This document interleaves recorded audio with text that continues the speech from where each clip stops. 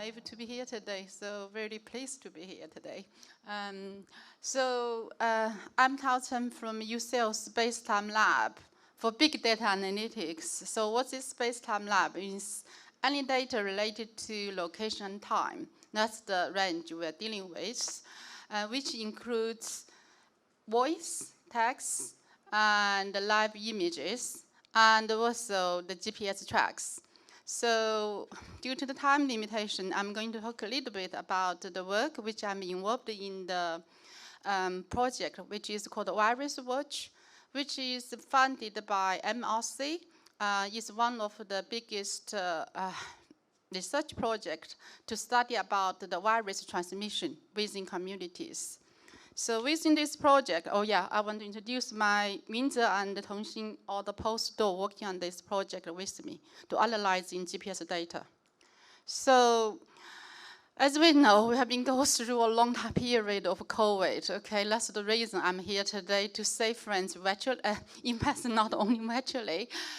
So within this project, we are able to connect in some individuals' data, which voluntarily contributed by them, including social demographics, usual thing, and also ask them voluntarily, can they contribute their GPS tracks?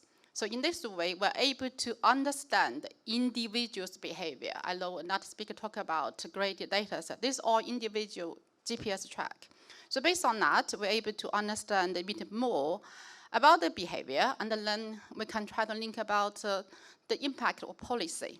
So because the project only started up in last April, so when we are able to connect in data started from October last year.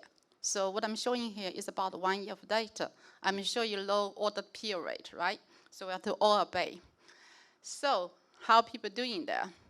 So very briefly, so how we do this? So based on the GPS data, we're able to analyze in their travel behavior, their travel mode, and where they have been, and the travel distance, and how far away from their home. So showing on the left, which is showing the distance, which I call the mileage. So what do people do on a daily basis, what the mileage they have. So you may say the travel distance, say, away from their home, or how far away they've been.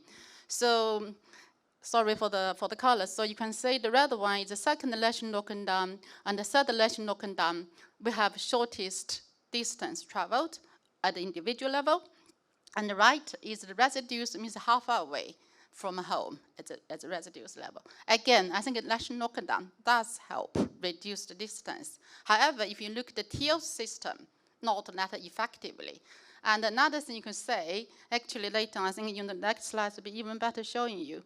In terms of the travel mode, we change a little bit, but not hugely. Even within the different period of lockdown, you can see the second lockdown is the second night, and the third lockdown. The time we spent at home a little bit more, but averagely, we don't change our travel behavior. In that sense, we don't change the mode much, okay? That's a very surprising finding. And also, actually longer time on, you can say the behavior doesn't kind of stick with us in a sense. So that's about that. Then vaccination, okay? Well, now the vaccination is a big agenda, so does it help? How people respond to that? Because the government say when you have the vaccination, you may need 2 weeks to build up your antibody, right? So how people taking that message?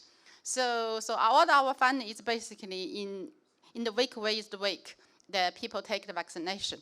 Then that's a week before, that's a week after. So what we can find is, say, in the week, people take the vaccination, people does get a little bit quiet. I think partly maybe because of the side effect. Some people not feel very comfortable.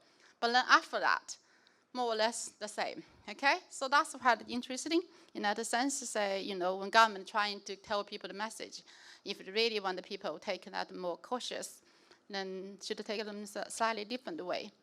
So as an individual data set, of course, we want to analyzing how this is relevant to social demographics, gender, because it's very small sample size.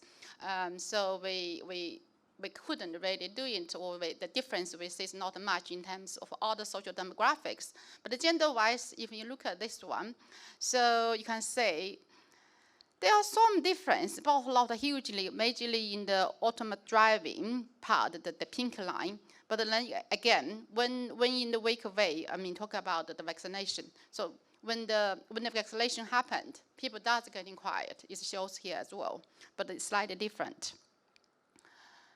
So what's the relevance of this travel behavior to place? That's what my title says. So how people's behavior actually have an impact to the whole community, the whole places. So we associate their places people visited into line point of interest, which is kindly provided point of interest by alternate surveying. Vanessa is here. So basically we're able to associate it. So if you look at the impact of the pandemics or the policy, you can see what have big change is the last one on the right. So you can say retail business, okay? You may say in terms of recovery, if we think about the starting point is October, just when the pandemic ticking up, going to get in lockdown, and then the last the period is the period we're going through from September, okay? Not now, September. So you can see in terms of the highest bar, we think about that's relatively more active. Now to now, you can see retail is reduced hugely.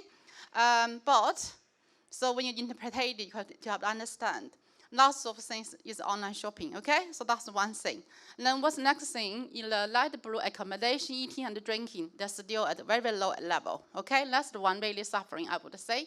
Transport-wise, transport is the blue one in the middle top line. Change a little bit, but now we're quite a stable level, that's what I'm saying. So yeah, so it's just to say, when the pandemic happened, that's drop, but then now we're very steady situation. And the final one is education and health, will not come to the previous level. But the green one is the attraction, those things, quite stable in that sense. So that's give you a little bit idea, because as I say, good individual data, but very small samples, so we can't really draw any regional difference, which we allowed the DAO to show that, okay? However, we managed to secure another large data set, which is the whole UK mobile GPS data, app data set, is about 4 million UK citizens, about 15, 18 months. We are only able to access to February this year. You can see the impact. If we use the reference as a year ago in February, it's a starting point. So you can see how the population or the activity change in cities. So averagely, that's the green lines for the whole UK. That's the interesting one. So basically, where people go, people leave the city. So which city have less people or more people left, which shows here in Edinburgh, okay? So of course, has the city returned back to the level? Of course, we need more data to support it. But that's really says to say, people doesn't move out of the city to the countryside because this is surely the city change. Okay, so I want to use this one as a final slide. In summary, policy have a huge impact on our behavior and which impact our place and community. So based on all those information, we can be fed back to the policy making because the 2 team members of this project or the SAGE advisors. So thank you again for your attention.